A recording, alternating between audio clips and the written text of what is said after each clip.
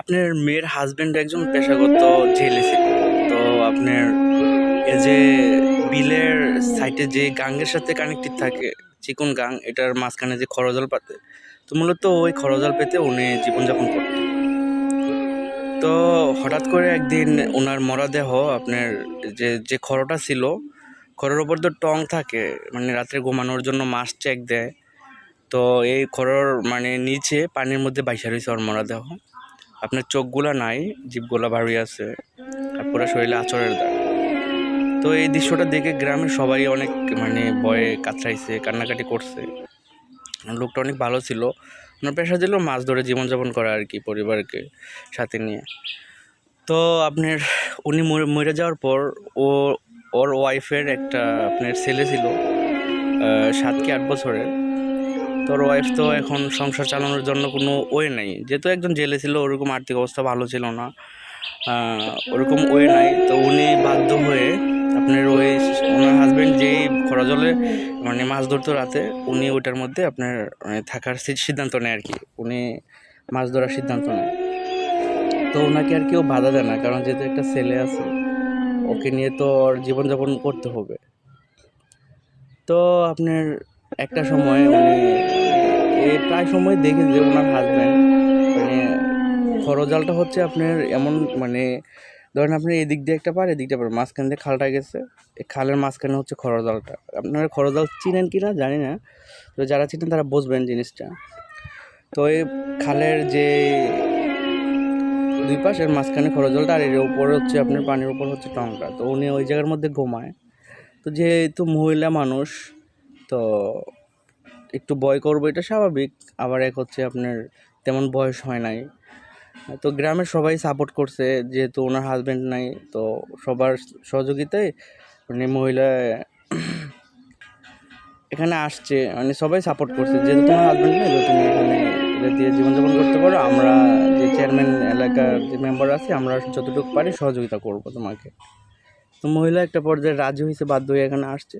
তো উনি প্রায় সময় যখন ঘুমায় রাত্রে 2টা কি 3টা বাজে, মানে পানি একটা যে নড়াচড়া, এটার শব্দ শুনে ঘুম ভেঙে যায় ওনার। তো উনি একটা সময় খেয়াল করলেন যে ওনার মানে কেউ ওনার নাম ধরে ডাকতেছে রাস্তার ওই পার থেকে। ওই পারে আবার একটু যে মানে গাছপালা আছে, একটু অন্যরকম জায়গা। তো ওই পার থেকে ডাকতেছে। তো উনি একটু এই যে খরজলের যে ইয়াটা আছে, ছাউনিটা আছে, এটা একটু আলগি দিয়া তারপরে একটু দেখছে, দেখে যে আপনার একটা লোক আসলে দাঁড়ায় আছে, ওনাকে ডাকতেছে আর কি। 2টা ডাক দিছে, প্রথমে একটা ডাক দিছে, মেয়ের নাম হচ্ছে রহিমা, রহিমা করে। আর আবার ডাক দিছে, মানে 2টা ডাক দিয়ে দাঁড়ায় আছে। তো উনিও ফাঁক করে দেখছে যে হ্যাঁ, লোকটা দাঁড়ায় আছে। পরে একটা সময় আপনার ওই টর্চ লাইট আছে সাথে টর্চ লাইট মারছে, মারার পর দেখে যে ওনার হাজব্যান্ড। তো উনি তো অবাক হয়ে গেছে, কী ব্যাপার, আমার হাজব্যান্ড তো মারা গেছে, এটা তাহলে কে? তো সেই জিনিসটা বুঝতে পারে, সাথে সাথে এটা অফ করে নাকে মুখে আপনার কম্বল গাও দিয়ে শুয়ে পড়ছে, আর দরজ করতেছে। তো এখানে ঘটনা স্টপ, এদিন এখানেই শেষ। এরপরে আবার কয়েকদিন পরে আবার সেমভাবে আপনার এবার হচ্ছে পানির নিচে যে খরজালের 2টা কাঠি থাকে, এভাবে এক কাঠির মধ্যে দেখে একটা হাঁস বসে রয়েছে।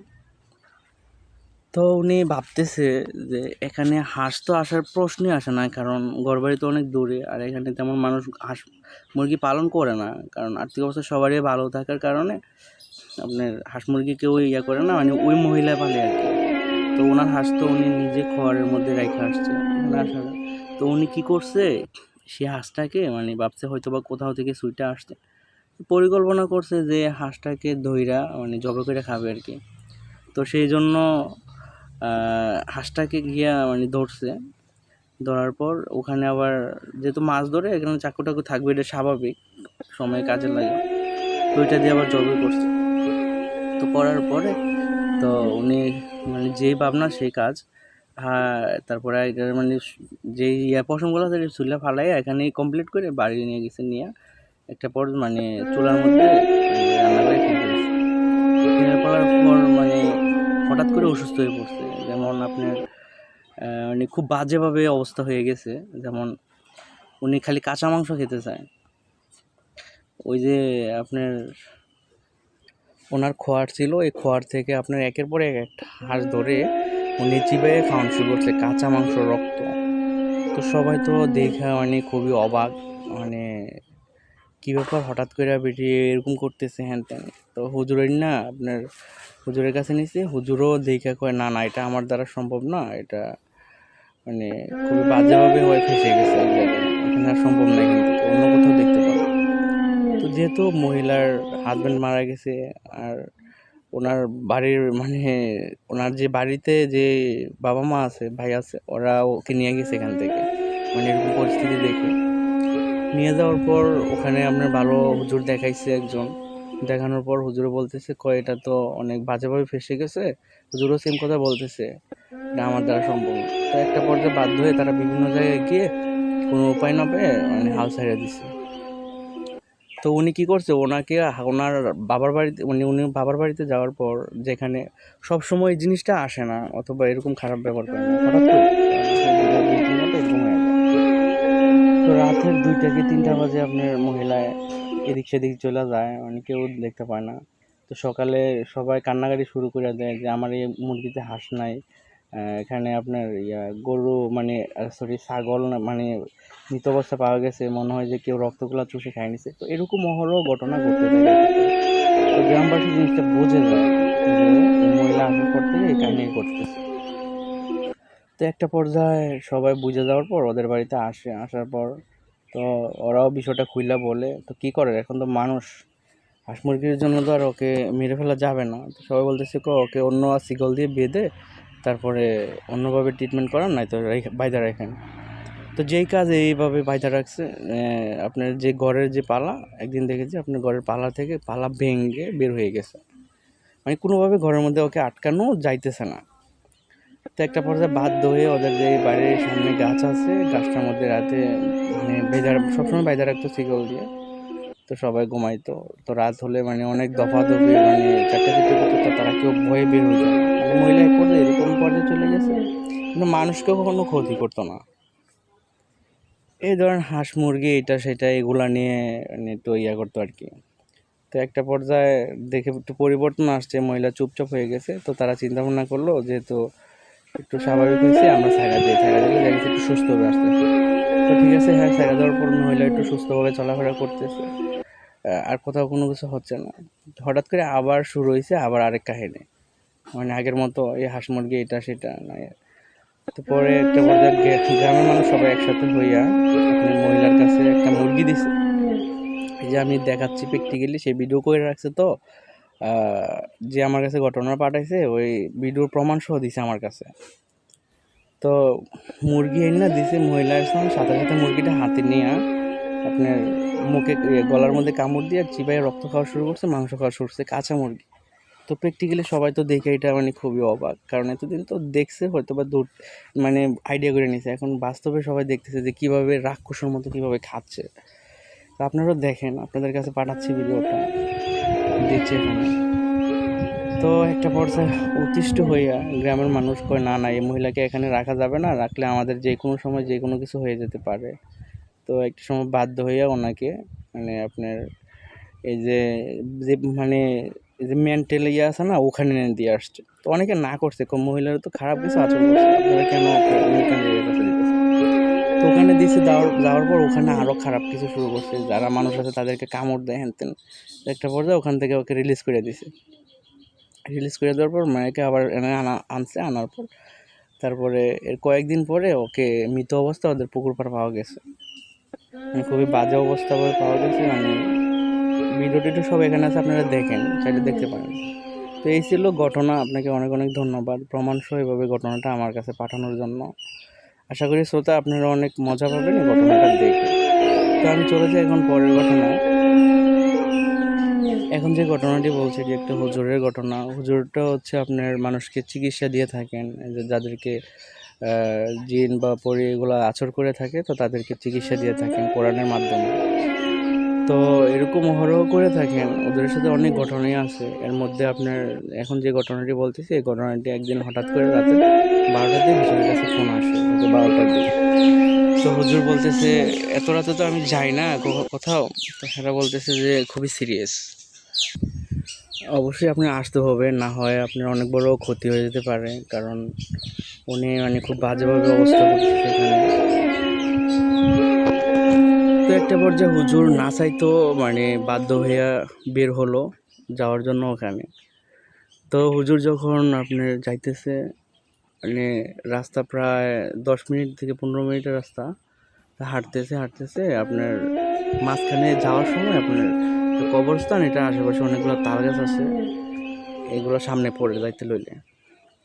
তো হুজুর যখন যাইতেছে আপনার দেখে যে সামনে একটা মহিলা আপনি তাল গাছের নিচে দাঁড়ায় আছে। হুজুর এই আপনার 50 ফিট কি দূর এরকমই হবে, এতটুকু দূর থেকে আমি দেখতেছি মহিলাটাকে। তো উনি ভাবতেছে হয়তো বা কোনো পাগল টাগল হবে, আর না হয় এত রাতে তো ভালো মানুষ এখানে আসার কথা না, হয়তো বা অন্য কেউ হবে। তো উনি একটা পর্যায়ে আপনার দোয়া দরুদ পড়া শুরু করেন। তো দেখতেছে যে আপনার ওই জিনিসটা মানে তাল গাছে না ধরে উপর দিক উঠটা বাইয়া উঠটা চলে গেছে। মানে ধরেন আপনি হুজুর দোয়া পড়তেছে আর এই জিনিসটা দেখে দৌড় করে তাল গাছের উপরে উঠে গেছে, মানে কোনো না ধরে আর কি। হুজুর জিনিসটা বুঝতে পারছে যে এটা খারাপ কিছু ছিল। তো হুজুর এগুলো সাহারায় যেহেতু এসব চিকিৎসা করে, হুজুরের কাছে এগুলো কোনো ম্যাটারই না। তো হুজুরের মতো গেছে ওই মহিলার আর কি ওই রোগীর বাসায় যাওয়ার পরে তারপরে দেখে যে আপনার চতুর্দিক দিয়ে কি একটা ঝড় তুফান শুরু হয়ে গেছে, মনে হয় যে অনেক বড় তুফান, মানে অনেক তুফান হবে এখন, বাতাস টাতাস উঠে গেছে, মানে কি গাছপালা মনে হয় যে ভেঙে পড়বে। তো সবাই জিনিসটা বুঝতে পারছে যে হুজুর এতক্ষণ তো সব কিছু ঠিকই ছিল, হুজুর আসাতে এরকম শুরু হয়ে গেছে। তো আর ওকে যে রুগীটাকে শিকল দিয়ে বেঁধে রাখা হয়েছে, মানে দাপাইতেছে, মানে ছপড়ে দিচ্ছে, 3-4 জন ওকে ধরে রাখতে পারতেছে না, ভয়ে ওর কাছ থেকে দূরে সরে গেছে। তো তো শিকল বাঁধা হাত পাও, তো আবার যাইতে পারতেছে না। তো হুজুর বলতেছে যে আপনারা সবাই ঘর থেকে বের হয়ে যান, আমি দেখতেছি ওনার কি হয়েছে। তো হুজুর গিয়া দেখলো, যাওয়ার পরে হুজুর যাওয়ার সাথে সাথে দেখে যে ওর চোখগুলো এত বড় বড় হয়ে গেছে। তারপর হুজুরকে বলতেছে তো তুই আমাকে কিচ্ছু করতে পারবি না, তুই যদি তোর ভালো নিজের ভালো চাস তাহলে তুই এখান থেকে চলে যা। তো হুজুর বলতেছে আমি আল্লাহর বান্দা, আমাদের কাজে মানুষের উপকার করা, তোদের মতো শয়তানকে, খারাপ জিনদেরকে আমরা কখনো ভয় পাই না। তুই যদি ভালো জিন হয়ে থাকস তাহলে সব কিছু আমাকে বল, কেন আসছস, কেন ধরছস ওকে। তো হয়তো জোরাজুরি করতেছে, কয় না আমি কোনোভাবে যাব না। তো হুজুর তো কোরআনের উপর তো কোনো কিছু নাই, আল্লাহর বাণী, কোরআন থেকে আপনি আয়াত পইরা ফু দিতেছে, ওইটা আরো দুর্বল হইতেছে, মনে হয় যে ওটার গাও পুইরা যাইতেছে আগুনে। তো পরে একটা পর্যায়ে বলতেছে, কয় হ্যাঁ আমি নামাজ পড়ি 5 ওয়াক্ত, আমি কারোর ক্ষতি করি না, কিন্তু ওই আমার যে ক্ষতি করছে আমি বাধ্য হয়ে ওকে ধরছি। হুজুর বলতেছে যে তোর কি ক্ষতি করছে ওয়? তো হুজুর বলতেছে কই এই ছেলে সবসময় গুড্ডি উড়ায়, আমি যেই গাছের নিচে বসে থাকি ওই সবসময় আমাকে ডিস্টার্ব করে। তো আমার একটা ছেলে আছে ছোট, বয়স এই 27 বছর হবে। তো ওদের তো 27 বছর তেমন বেশি না। তো উনি সাপের রূপ ধরে নিচে গাছের নিচে খেলতেছে, তো ওইটাকে দেখে সে এটাকে পিটাইয়া মেরে ফেলছে। তো হুজুর বলতেছে ওই তো দেখছে সাপের রূপ, সাপ ভাবছে তাই মেরে ফেলছে, ওই তো জানে না এটা যে তোর বাচ্চা, তুই ওকে ক্ষমা করে দে। পরে সে বলতেছে কয় না আমি জীবনের বদলে জীবন চাই। তো হুজুর বলতেছে দেখ, তুই তো নিজেই বললি যে নামাজ পড়স ভালো, আল্লাহকে ভয় করস, তাহলে তুই কেন বুঝতেছিস না যে সে তো বোঝে না, না বুঝে ভুলটা করে ফেলছে। সে যদি জানতো সেটা তোর বাচ্চা, তো বা এটা একটা মানে জিন, তাহলে সে কখনো এটা আঘাত করতো না। তোর তো মানে সে তো ভাবছে এটা সাপের বাচ্চা, তো তাই সেভাবে মানে মারতে গেছে আর কি। তো এভাবে অনেক কথা কাটাকাটি, এইটা সেইটা মানে না কোনোভাবে। তো একটা পর্যায়ে ওকে বোঝানোর পর সে বুঝতে পারছে যেহেতু ভালো জিন অবশ্যই বুঝবে, কারণ সবারই একটা রাগ থাকার কথা, কারণ ওনার বাচ্চাকে মেরে ফেলছে, এটা কষ্ট লাগবে, এটা স্বাভাবিক। ওদের তো সব কিছু আমাদের মতো ঠিক না। তো জিনিসটা হুজুরও বুঝতে পারছে, দেখ তোর আমি কোনো ক্ষতি করবো না, তুই একটা ভালো ভালো জিন, তোর জন্য দোয়া করব, তবে তুই এই ছেলেটার কোনো ক্ষতি করিস না। পরে বললো যে আচ্ছা ঠিক আছে, যে আমি কিছু করবো না, যেহেতু হয়ে গেছে এখন তো আর আমি ওর ক্ষতি করলেও আমার ইয়াটা পাবো না, আমার সন্তানকে ফিরে পাবো না। তো যাই, আর বিনিময়ে আমি কিছু চাই, যেহেতু আমরা অনেকে এখানে প্ল্যান করে আসছি ওকে একবারে মেরে ফেলবো। এখন যেহেতু আমাদের মাঝে আল্লাহ তাআলার ভয় ঢুকিয়ে দিছো, তাহলে আমি আর কখনো ওর ক্ষতি করব না। এখন চলে যাব, তবে এর বিনিময়ে 2টা গরু দিচ্ছে আমাদেরকে, আমরা এটা খাবো, আমরা আমাদের যে ফ্যামিলি আছে একটা। তো হুজুর বলতেছে আচ্ছা যা তুই নিয়ে, সমস্যা নাই, কারণ তুই যেহেতু আবদার করছো সেটা আমরা কখনো ফালাইবো না। তো পরে 2টা গরু নিয়ে অমুক বিলের মধ্যে মাঝখানে ছাড়িয়ে দিচ্ছে। তো 2টা গরু নিয়ে ওই বিলের মাঝখানে ছাড়িয়ে দেওয়া হয়েছে। তো এই ছিল ঘটনা। আপনাদের কাছে কেমন লাগছে এই ঘটনাটা এটাও আমাকে জানাবেন। আরেকটা ঘটনা আছে, আমরা কথা না বলে সেই ঘটনা চলে যাই। ওইটা কোন জায়গায় ঘটছে সেই জায়গায় আমি প্র্যাকটিক্যালি আপনাদেরকে দেখাবো, কারণ সেই জায়গার মধ্যে আমি আসছি। ঘটনাটি ঘটেছে আপনার প্রায় আজ থেকে 30 থেকে 40 বছর আগে। তো এই ঘটনাটি ঘটেছে মানে আমার এক আত্মীয়র সাথে। তো আমি সেই জায়গাটা একবারে প্র্যাকটিক্যালি দেখাবো আপনাদেরকে। এইটাই সেই জায়গা। আপনার এই যে দেখতে পাচ্ছেন একটা গাব গাছ, আপনারা সবাই জানেন যে গাব গাছ সহজে তাড়াতাড়ি বড় হয় না অন্যান্য গাছের তুলনায়। অন্যান্য গাছ যেভাবে বড় হয়ে যায় এই গাছ কখনো এভাবে বড় হয় না। তো এই যে গাব গাছটা দেখতেছেন, একবার গাব গাছটা মূলত এখানে বিশাল বড় একটা গাব গাছ ছিল, আপনার এটাকে কেটে ফেলা হয়েছে। এটার যে শিকড় ছিল এই শিকড়ের থেকে এই গাছটা আবার জন্মাইছে, বুঝছেন। তো মোটামুটি অনেক বড় হয়ে গেছে। তো এই গাছটাকে নিয়ে আপনার ঘটনা, এই জায়গাটাকে মূলত এই জায়গাটাকে নিয়েই আপনারা দেখতে পাচ্ছেন এই জায়গাটা কতটা হন্টেড। দেখছেন এখানে বাঁশঝাড়, এই যে এগুলা দেখতেছেন এগুলা আপনার অনেক ছিল, দেখছেন এগুলা কেটে ফেলা হয়েছে বাঁশ, এখানে অনেক বাঁশঝাড় ছিল। তো জায়গাটা এই যে সামনে দেখতে পাচ্ছেন এটা হচ্ছে মূলত একটা কবরস্থান, পারিবারিক কবরস্থান। অনেক মানুষের কবর আছে এখানে, ওই বিশাল। ওখানে আমি আর সামনে যাবো না, ওই জায়গাটা খুবই খারাপ। তো আমি এই জায়গাটাই দেখাই। তো ঘটনাটি যার সাথে ঘটেছে এটা ছিল একটা বড় গাব গাছ। এখানে আজ থেকে প্রায় অনেক বছর আগে আপনার সেই লোকটা ফাঁসি দিয়ে মারা গেছে। এখানে নাম হচ্ছে আপনার খোরশেদ। তো এই খোরশেদ কাকা লাগে সম্পর্কে আমার দূর সম্পর্কে। তো খোরশেদ কাকা পারিবারিক কোনো একটা কারণে আপনার এখানে ফাঁসি দিয়ে এসে মারা যায় গাছটার মধ্যে। তো আপনার আমরা সবাই জানি যে আপনার আল্লাহ তাআলা মানে যে জন্মায় তাদের সাথে আপনার মানে কারেন্ট জিন নামে 2টা থাকে আর কি, মানে এরকম সুযোগ দিয়ে রাখছেন হয়তো আল্লাহ তাআলা, সবার মাঝে এটা থাকে শুনছি। আমাদের নবীর সাথেও নাকি ছিল, হযরত মুহাম্মদ সাল্লাল্লাহু আলাইহি সাল্লাম, ওনারা মুসলমান হয়ে গেছে।